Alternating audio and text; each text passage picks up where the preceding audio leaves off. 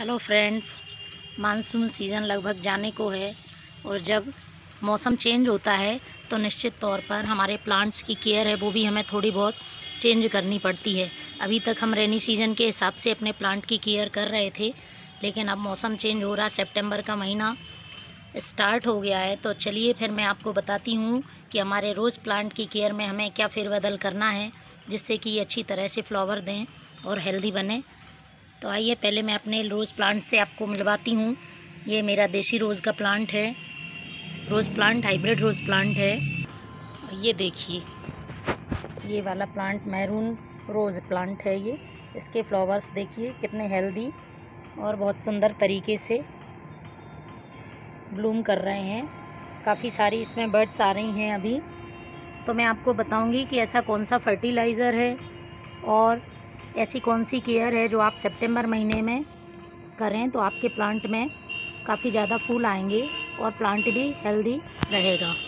सबसे पहले हम प्लांट की मिट्टी को चेक करेंगे कि मिट्टी में किसी तरह का फंगस तो नहीं है, क्योंकि लंबे पानी के अंतराल के बाद हम इस मिट्टी को देख रहे हैं। जब नमी ज़्यादा होती है तो मिट्टी में फंगस लगने का आशंका रहती है।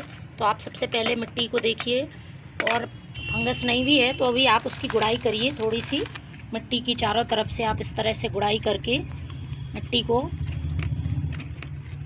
आप एक दिन के लिए खुला छोड़ दीजिए, और इसमें जो भी आपके वीड्स वगैरह हैं, खरपतवार है, उनको सबको हटा दीजिए। तो इस तरह से पहले आप मिट्टी को इस तरह से गुड़ाई करें।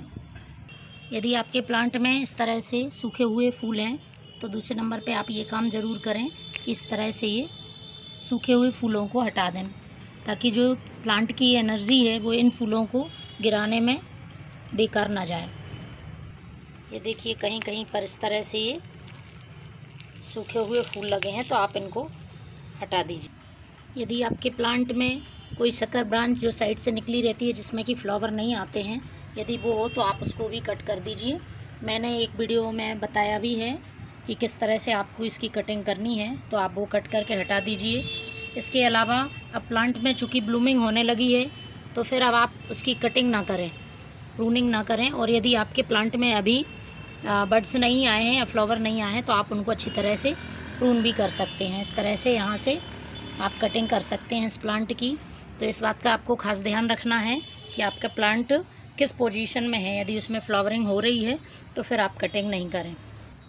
इस तरह से आप मिट्टी को गुड़ाई करके एक दिन के लिए छोड़ देते हैं। उसके बाद हम फर्टिलाइज़र का यूज़ करेंगे। और यदि आपकी मिट्टी में आपको लगता है कि फंगस है तो कोई अच्छा सा फंगीसाइड इसमें मिला लीजिए। फंगीसाइड में आप केमिकल फंगीसाइड का भी यूज़ कर सकते हैं, जैसे कि ट्राइकोडर्मा है, या फिर घर का बना हुआ आप फंगीसाइड यूज़ कर सकते हैं। थोड़ा सा आप हल्दी पाउडर भी छिड़क सकते हैं। और यदि आपने कटिंग करी हुई है तो साइड में आप इस पर हल्दी लगा दीजिए, जिससे कि आपकी प्लांट में डाईबैक होने की प्रॉब्लम क्रिएट नहीं होगी। देखिए मैंने ये इस तरह से इसकी स्टेम कटिंग लगाई हुई है, तो मैंने इसको हल्दी का लेप कर दिया है, जिससे कि इसमें किसी भी तरह की बीमारी ना लग सके। तो इस तरह से आप भी अपने प्लांट में यदि कहीं से आप कट करते हैं तो उसको ज़रूर इस तरह से आप हल्दी लगा दीजिए। अब बात कर लेते हैं फर्टिलाइज़र की कि प्लांट में कौन सा फर्टिलाइज़र देना है।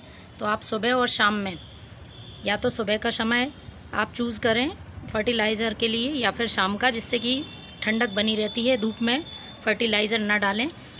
फ़िलहाल मैं आपको फर्टिलाइज़र बताती हूँ कि कौन सा इस्तेमाल करना है और किस तरह से डालना है।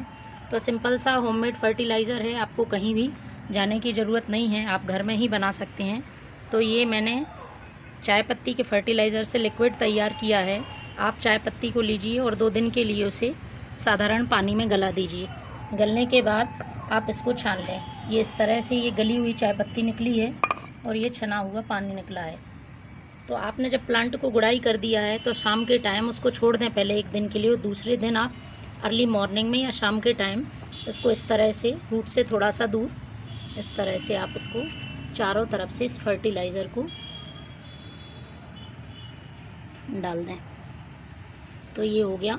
उसके बाद आप इस चाय पत्ती को भी अपने प्लांट में, रोज़ प्लांट में यूज़ कर सकते हैं। इससे बेहतर कोई फर्टिलाइज़र नहीं है, ख़ास तौर पे जब रेनी सीज़न के बाद आप प्लांट को अपनी तरफ से कोई केयर दे रहे हैं तो उसके लिए ये फर्टिलाइज़र सबसे अच्छा है। इससे प्लांट आपका हेल्दी बनेगा और आप ये बची हुई चाय पत्ती भी मिट्टी में इस तरह से मिला दें।